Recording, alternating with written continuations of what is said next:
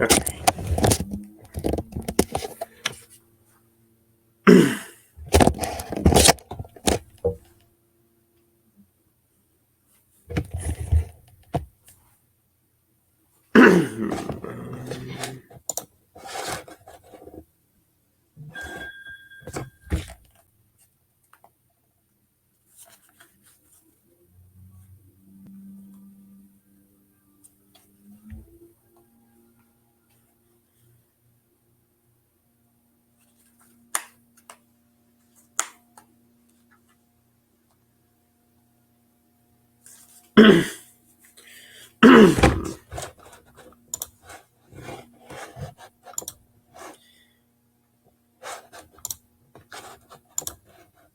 This should work. What's going on, everybody? Welcome back to Talkin Sports with Jake. Hope we're all doing well. So, Rick Bomus announced retirement from the National Hockey League. Of course, he was a Coach of the Year finalist. He was with the Winnipeg Jets this year. He overall did a good job. Winnipeg was a little better than people expected. They were fourth in the Western Conference this year, but lost in 5 games in the first round of the playoffs this year. And there was rumors of what you do with that core now. But the coach is leaving. Bonas has stepped down as he is going to retire. He's been around for a while. He's coached a bunch of different teams. I think he might have been with Dallas at one point. He actually was most recently with Arizona before he went to Winnipeg. Obviously didn't quite work out there. But he's done a solid job over the last 2 years in Winnipeg. Was had them fourth in the conference this year, but he is retiring coaching. Never know. I mean, NHL recycles the same coaches over and over again. Paul Maurice a couple of years ago, midseason stepped down from the Winnipeg Jets where he had been for a while. It looked like he was retiring, and all of a sudden, a couple of years later, he was back coaching. I think it was the Florida Panthers. Yeah, he's coaching the Florida Panthers now. So, you never know, but he is retiring. And the finalists for the Selke Trophy were Austin Matthews in Toronto, Alexander Barkov in Florida, and Jordan Staal in Carolina. I think it's going to be Barkov. That's my pick. He's won it a couple times before. Obviously, not Patrice Bergeron anymore because he retired after last year. He won it 6 times, whatever it was. So it's much more open now. But Barkov, he's won it at least once or twice. I think he should win it again. And MLB and Nike, apparently they're going to try and fix the jerseys for next year. They're going to if you want, you can have a different kind of pants, and they're going to have larger lettering, and so it looks like they are making an effort. But Backlash was this past Saturday. By the way, WrestleMania 41 is going to be in Las Vegas. It will be in Las Vegas, Nevada on April 19th and April 20th. That should be very exciting. But I wonder if they'll let people to bet, because that could get tricky because the matches are predetermined, and I wonder if they'll allow. I remember a year or so ago, there were rumors they're going to let people bet on WWE matches, but there's then people were oh well, if someone has an inside source in WWE because everything's predetermined. That'll be interesting.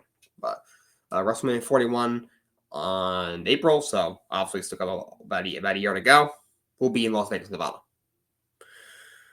WWE Backlash. We had Kevin Owens and Randy Orton tag against the Bloodline, which is also called on Tama Tonga. It was Tama Tonga's first match in WWE. I thought he looked pretty good. And then in the end, we had Tama Tonga's brother, Tanga Loa, pulled the referee out of the ring, cost him the match, and helped the Bloodline defeat Kevin Owens and Randy Orton. So Tanga Loa has joined the Bloodline. This Bloodline story is just incredible. As soon as it's getting stale, it's the same crap over and over again, they do something crazy. Everyone's all right, maybe it's going to be Jacob Fatu. He's the Usos' brother. He's probably, definitely is the best wrestler of that family, of the Usos. And he made his debut, so he's now part of the Bloodline, Tangaloa. But Jacob Fatu will be, I assume, appearing very soon. Somewhere, because they said his debut is pretty imminent. WWE Women's Championship, we had a triple threat match. Bayley against Stephanie Strong against Naomi. Bayley retains. That match was just kind of okay. It was kind of a weird ending. Naomi tried to roll up Bayley, and then Bayley kind of reversed it and got off a sideways pin. That was That's just okay. I thought I didn't love it. I'm not sure what people were expecting. Honestly, Naomi hasn't wrestled in WWE very much. She was in TNA for a while, but she's kind of getting back into the swing of things. Stephanie Stratton obviously is still, I think, she's got a lot of potential, but she obviously still needs to wrestle more. But you could tell, Naomi is still trying, getting back into the swing of things. And WWE's only been back since January at the Royal Rumble. Stephanie Stratton, obviously, you can tell, she's got some work to do. The World Heavyweight Championship, Damian Priest defended against Jey Uso. Damian Priest comes out on top and retains against Jey Uso. This is a solid match. Of course, not the Bloodline. The Judgment Day did get involved. You had Jey step up on ringside, and then Priest got into it with him, saying, "I want your help." And then Finn Balor came out, and Uso was trying to fight them all, but Priest ended up retaining. And after it, they were going to attack Jey Uso, and then he pushed him out of the way. At one point, he grabbed Finn Balor by the beard. So definitely some cracks in the Judgment Day, as you can say. The WWE Women's Tag Team Championships, the Kabuki Warriors, Asuka and Kairi Sane fought Bianca Belair and Jade Cargill, and Bianca and Jade defeat them to be the new WWE Women's Tag Team Champions. Match itself was just okay, but very happy they got the tag titles off the Kabuki Warriors. They've kind of had it for a while. They've always almost not buried those titles, but somewhat close to it. I'm happy now. Hopefully they'll do something a little bit more with those. Now you have Bianca Belair and Jade Cargill, which I think could do a lot of great things together. Whereas teaming, I think eventually they will fight, whether that's at WrestleMania in April or SummerSlam or whenever they do. But those two ways have a chance to do some really special things together. And you have the Undisputed WWE Championship, Cody Rhodes against AJ Styles. This is a really good match. Of course, Cody Rhodes retains and defeats AJ Styles to retain the Undisputed title. This was a great match. Cody Rhodes has been saying for a while that his dream opponent he has not wrestled yet is AJ Styles. Both these guys have ever. They both have similar paths. They started on the pen scene, and then did a lot of things outside WWE. Not a lot of people know, but they actually made a big impact. AJ Styles, and in the independent scene was actually a legend. Of course, Cody Rhodes after he left WWE, where he really wasn't great, rubbed some people the wrong way, went to AEW and had some success. Well, he created AEW. Of course, he's come back and he's become a star. AJ Styles came to WWE and become a star, became one of the better in-ring wrestlers this company has ever seen. That was a really good match. But shout out to that crowd in Lyon, France. Oh my God. That was the best crowd in the history of WWE, the best crowd I've ever seen.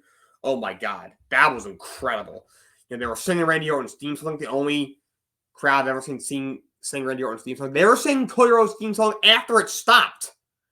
At one point when they were singing Randy Orton's theme song, you could barely hear the actual theme music itself. At one point, like Corey Graves, you could tell he was having trouble hearing Michael Cole because of all the fans yelling right behind him.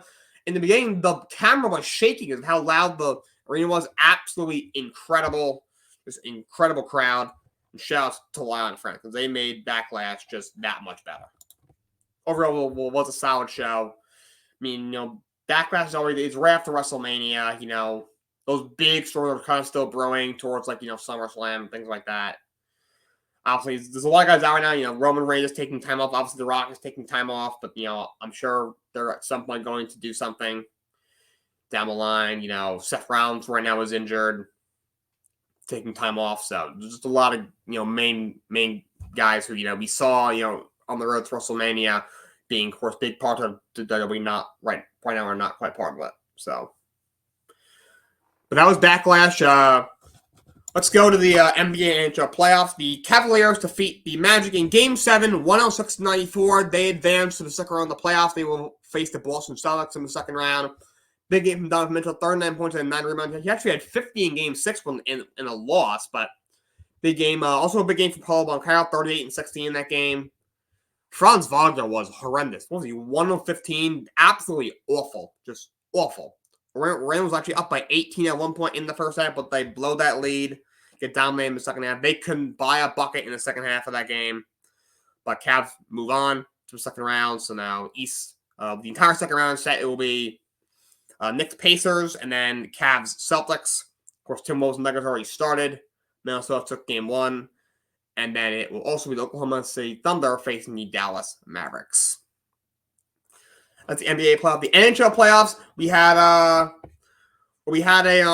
before on Saturday we had a game 7. It was the Boston Bruins and Toronto Maple Leafs, and the Bruins win. They win 2-1 in overtime. Incredible game. They defeat the Leafs. They after going up 3-1, lost games 5 and 6, but end up grabbing game 7, and they advanced to be second round of the playoffs to face the Florida Panthers. In the second round, Toronto. Where do I start? They have won 1 playoff series in the last 9 years. They have, I think, lost 5 straight game 7s. They've lost 4 times in a row to Boston. I think every time went to game 7. Can they? I don't get what they expect. They have the same issues every year. Every year they spend all this money on all these really talented forwards, Austin Matthews and Mitch Marner and John Tavares and William Nylander, when their defense and goaltending is horrible. Just horrible. Like, I don't get what they expect. Kudos to Eva Samsonov, of course. He had to play game 7. Joseph Olga hurt in game 6. He's been the better goalie throughout the season and throughout the series. He actually played a good game. He made 30 saves. It was not on him. Toronto's got to score more. I'm not sure what's up with Austin Matthews. He missed game 5. Apparently, he had an illness and an undisclosed injury. He played game 7, but did not look like himself. He only played like 15 minutes in the game, and a game that went to overtime. Overtime was over 2 minutes, but still, obviously he'd normally be playing well over 20 minutes. But he only played 15. Didn't get a lot of chances, but really was not himself. But Toronto, I'm not saying bring up the core, but at some point, this core has proven they're not going to win. They need to bring in better defense. They need to be better defensively. So obviously, you need to add to that. But because they're paying all these guys, all these forwards so much money, they don't have the money to do that. So to me, you have to move somebody. Or who do you move? Do you move Austin Matthews, who's got back-to-back 60-goal season, was MVP last year? May have a chance to do it this year. I don't think you do. Mitch Marner, who, he hasn't had a great series. Didn't have a great series. But do you move him? You could argue he's their best overall player. Obviously, Matthews is the better goal scorer. Do you move William Nylander? Maybe. You move John Tavares? That's the guy I think you should move. He's getting older. Problem is, he makes $11 million a year. Is that contract movable? I don't know if it is. So what do you do? Who are you going to move? Well, look, to me, they're the Cowboys of the NFL. Every other fans are like, "Oh, we're gonna win a series here. We're gonna win the cup," and then they lose in the first round. They have not won a cup since 1948. The New York Rangers had the longest cup drought. It was 54 years from 1940 to 1994. The Leafs passed them, I think, 2 years ago with the longest drought in history for Stanley Cups. Horrible. They have not won a cup in 56 years. They've won 1 playoff series in 9 years. And then when they did, they also did 5 to Florida. It was an 8 seed. They final last year. Every single year with this group. You're overrated. Matthews is a great player. He might be.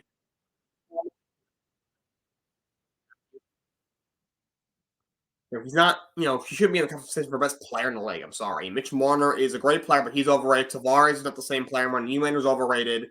He's a very good player, but, he's overrated.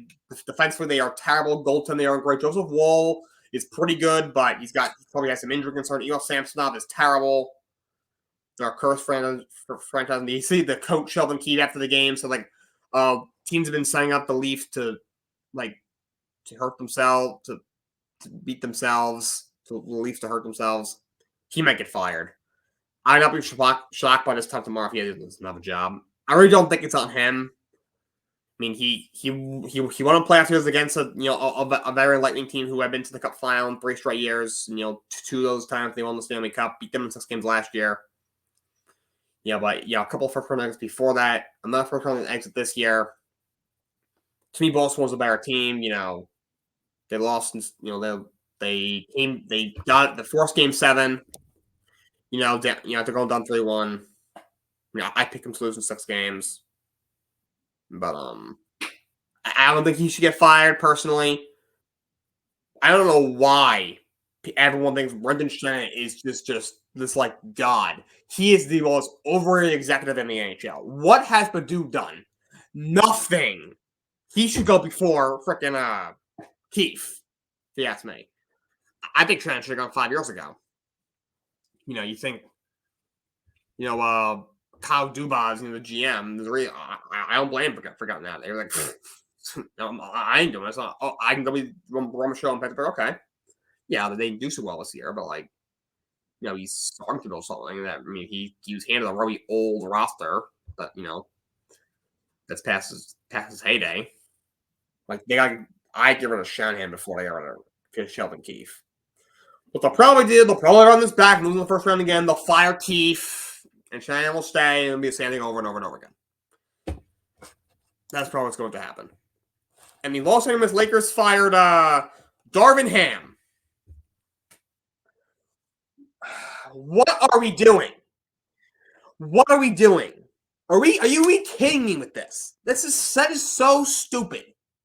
People say, "Oh, his rotation's this. He's not good in close games." What do you want the guy to do? Look at the roster. It's horrible. You have two aging stars in LeBron James and Anthony Davis. Both were able to stay healthy this year. Other than that, look at what he got. D'Angelo Russell is horrible. Dude couldn't hit water if he was swimming the Atlantic Ocean. And the goalies put Taurean Prince in. Who else is he going to turn to? Yes, Taurean Prince is horrible. But look at the other guys on the roster. Right, Austin Reeves is a decent player. Like, I think heighten up a little bit more. He's a good player. He's not a great player. Reggie Moore is eh. Jackson Hayes sucks. Spencer Dinwiddie isn't very good. Who else they got on that team? Cam Reddish sucks. Like, the team is horrible. It's built so poorly. This is why I can't stand LeBron James. Look, he's a great player. One of the 10 greatest ever. But stop putting him in the GOAT conversation. Stop doing it. I only want him in the top 5. Don't stop doing it. Everyone disagrees with me, calls me crazy, calls me a hater. I don't care. He's not the greatest of all time. He's not even remotely close. He's gotten like 6 coaches fired. I understand maybe like the one guy in like 05 in Cleveland, but like he got Mike Brown fired. He's a good coach. Luke Walton was one thing. I know he's not a great coach. He didn't have success in Sacramento either. But if LeBron didn't miss 33 games a year, maybe they would have made the playoffs. Just saying. Frank Vogel, oh my, with that horrible roster, a year after they won the championship. Darvin Ham, took a 7-seed team with changed up, team that was making changes every single day. Guys hurt all year to like Western Conference Finals. Of course, this year they lose in the first round in 5 games in Denver. And they've beaten Denver once in 15 tries. They're Denver's their daddy, I guess. I don't understand why you're firing him. Like, what is the guy supposed to do? Put it this way. 2 years ago, this guy was one of the hottest assistants on the market. He had been around for a while. You played in the NBA for a bit. Didn't do a whole lot, but you did play. He played in the NBA, had a top assistant for a while across the league. He was most recently in Milwaukee. He was a hot candidate. I find it hard to believe, for the guy for a year was this great basketball mind, really good assistant, future head coach. And then within 2 years, he just forgot the fundamentals of the game of basketball. A guy who played in college at the highest level of college basketball, played in the NBA, was an assistant coaching me for a long time, for a lot of good teams, for a lot of good coaches, working for a lot of great players, and just forgot the fundamentals of the game of basketball the second he got a head coach job. No, that's not how it works. This is why I can't stand LeBron. Oh my God. He cannot be blamed. This is why I can't stand the dude. He does not take blame. It's always somebody else's fault. He's the master of finger pointing. Oh my God. He's a narcissistical, just complete asshole. I'm sorry, but that's the truth. This guy, he can't take any blame. It's never his fault. Never, ever, ever his fault. Like, he's a freaking coach killer. He is a coach killer. And he's probably going to they should bring in like Mike Budenholzer, who's a really good coach, by far the best coach out there. They'll bring in some like young guy he can manipulate, like JJ Redick, who I think will make a good coach, but I think he should start like in Charlotte or something like that. Or one Charles Lee again. mean, I didn't think Darvin Ham would have success in LA for like. Look, I think he's a good coach, but like, that's not a job for a first time. They need a veteran who's not going to let LeBron, push him around and coach the team for him. Like, the guys can't coach, and now the Lakers are gonna, hire a guy that LeBron wants, like Charles Lee. Who, again, I like the guy, I like the coach, but he's not gonna let LeBron boss him around. Or JJ Redick, same thing. They're gonna sign him. If he opts out, which like he will, they'll re-sign him to that max 3-year deal, where we're $51 million a year. They'll draft his son, Bronny, who I don't got a problem with Bronny. Zero issue with the kid. I think he's a great kid, but he's horrible at basketball. You average 4 points a game on an 11th place team in the Pac-12 in USA. Parker didn't even sniff the tournament, and he was a bench player on that team. But this dude's not ready for the NBA. He should not be entering the draft. He should not be. Like, this guy drives me nuts. This is why he should not be anywhere near the go conference. All the guy does is whines and bitches after every call. Throws temper tantrum on the court. Whenever he doesn't get his way, he gets the coach fired. He makes the team, bow down to him. Look, I don't think Rufflin's that good of a GM. Look, he's not the worst. It's not all his fault, but he's letting LeBron do this. Like, he's got to stand for LeBron. Like, dude, you're a player. I'm a GM. Shut up and let me put this team together. You play, I GM, and he's not doing that. The same stuff with LeBron every single year. He goes to a place, he has a little bit of success. As soon as they start not having success, he points the finger at somebody else, gets the coach fired, makes the team got all their future assets, brings in all these older guys, and it fails. He points the finger at the coach, gets them fired, and then leaves. Same thing over and over and over again with this guy. The same crap. Absolutely ridiculous, this guy. The worst. He is such an asshole. I can't stand the dude. Darvin Ham getting fired. That's just so stupid. They're going after Ty Lue. Breaking news. He's under contract. Until he gets fired, you can't talk to him. Going from Jason Kidd. Breaking news. He's under contract, and they just extend him, so he's off the market. Even before he got that extension, he was under contract. He's still coaching the playoffs. No, you can't talk to him. Oh my God. What a dumpster the Los Angeles Lakers are. What just an absolute mess. But that's all I got for you guys today. Until next time, so long, and have a great day.